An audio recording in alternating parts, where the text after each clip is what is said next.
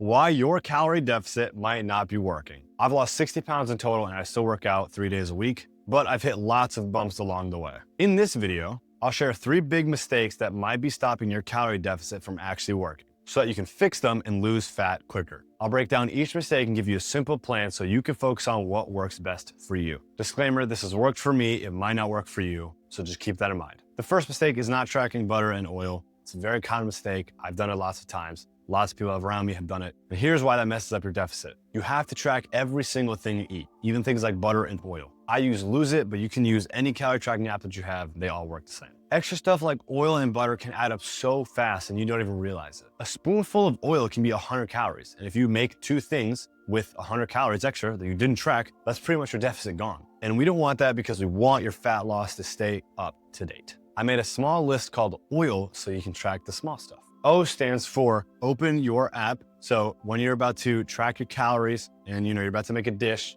don't just not track the oil and butter. You want to open your app and actually track the oil, the butter, and how much stuff you use. A super quick cheat code to eliminate all this is just use the spray oil or just use the air fryer. Those work the best, or bake it in the oven. It's the same thing. But still, even with the spray oil, make sure not to use it for 10 seconds because it still has calories. It'll say 0 calories on the container, but that's for 0.4 of a second, which is who the heck, you know what I mean? Just do it for 1 second, 2 seconds, and that's it. And you should be good. I stands for include all extras. So no matter what, include all the extras, oil, butter, whatever you are baking with, include all the extras, no matter what. And L stands for look at your calories. So after you realize how many calories you are not even tracking every single day, but you now started to track oil and butter, now you can look at the calories that you've not been counting and see why maybe your calorie deficit is not working as good as it used to.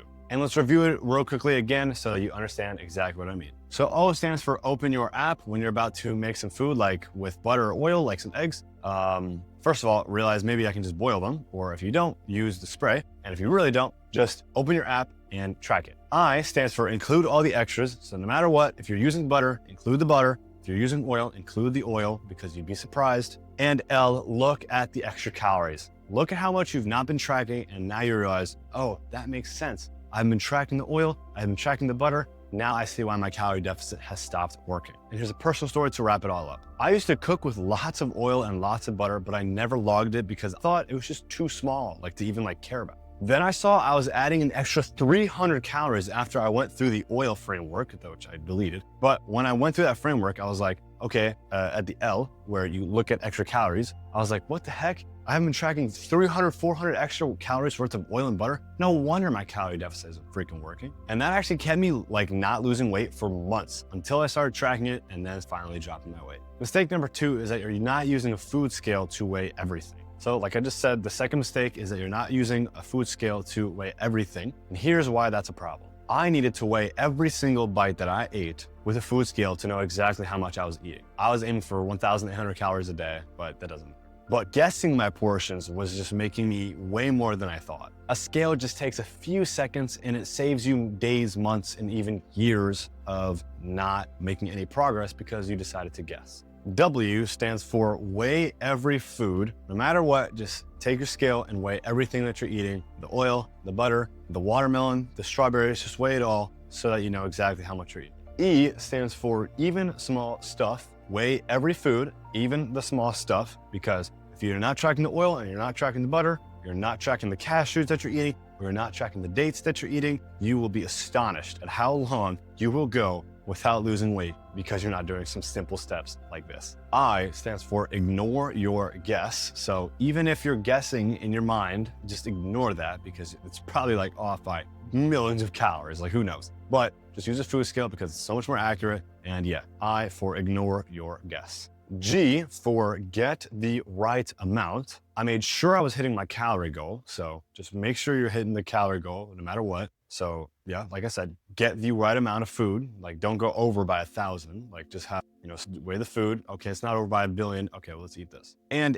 hold it steady. I use the scale every single day, no matter what, regardless of how I felt. You just do it because it makes sure that you're not going over by a lot of calories and that you're actually, losing weight, correctly or gaining weight, it doesn't matter what you're doing. You just have to track. Again, this is for me as if I was talking to my younger self, right? Disclaimer in the beginning. This might not work for you, but they have worked for me. So yeah. So let's just go over them again so that I can just run it down again, because why not? So weigh, weigh your food. So W stands for weigh every food. E stands for even small stuff. I, ignore your guess. G, get the right amount. And H, hold it steady. Yeah. And here's a personal story to wrap it all up. So I used to just guess how much chicken and rice and anything else I was eating. Like I would just guess, like not even, no food scale, no nothing, just straight up guess. Because I thought I was close enough, right?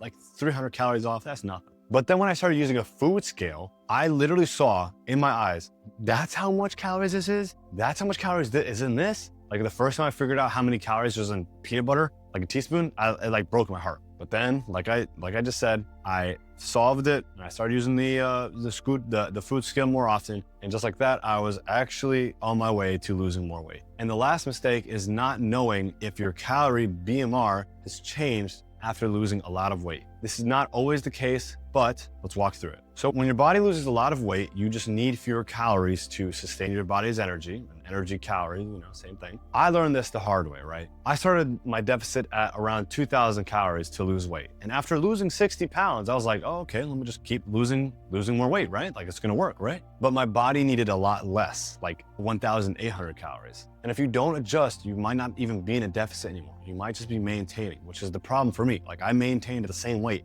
for like a year. I thought it was, I'm just being inconsistent. But then when I saw I was being consistent for like 2 months straight, like tracking precisely everything, I was like, okay, my number just has to be wrong. Then I figured out, I have lost 60 pounds. Let me type in my BMR on an online calculator and see what my BMR is, right? Because I'm pretty sure this is the number. Typed it in and it was a lot lower. And I was like, damn, I just wasted 2 months. I made a super simple list called check so that you can understand it easier. So C stands for count your new weight. I checked my weight after I lost 60 pounds. H stands for how much to eat. I figured out my new calorie goal, eat a bit less. So once you figure out your new calorie goal, you want to eat a little bit less, right? Because it's probably a lot lower. C stands for calculate again later. I kept checking my new BMR monthly to see if I was still doing good. And K, my favorite one, keep losing fat. Once you've done all these steps, keep losing fat. It's not that hard. Just stick to the diet, stick to the calorie deficit. Boom, you got it. And here's just my personal story with this. So after losing 60 pounds, right, from only needing to eat 2,000 calories, I was like, okay, let me just keep doing that, right, to keep losing weight. But then for like 2 years, I was stuck the same weight. And I was like, what the heck, this sucks. So then for 2 months, I was like, okay,